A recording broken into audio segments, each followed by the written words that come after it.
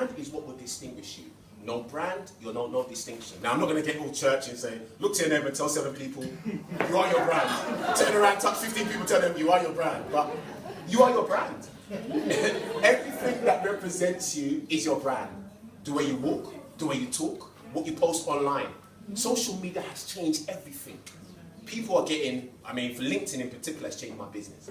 I can testify on Twitter, I've deactivated my Facebook account, but social media has changed everything. So how you walk, how you talk, online, offline, is your brand. For my message and ideology of distinction, I came up with the 3 V's of branding. Excellence and branding go hand to hand. So branding is connected to your vision, your voice, and your values. You are saying something online.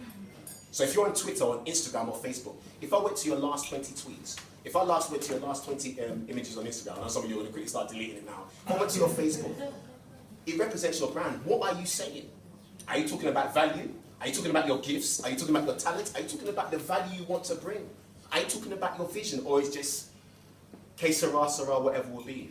Because the industry you're in, there's 1,000, 100,000 other people that's going for your clients. Now, I'm not saying, I mean, we'll be taking some selfies later. I'm not saying don't take selfies on social media. I'm not saying that.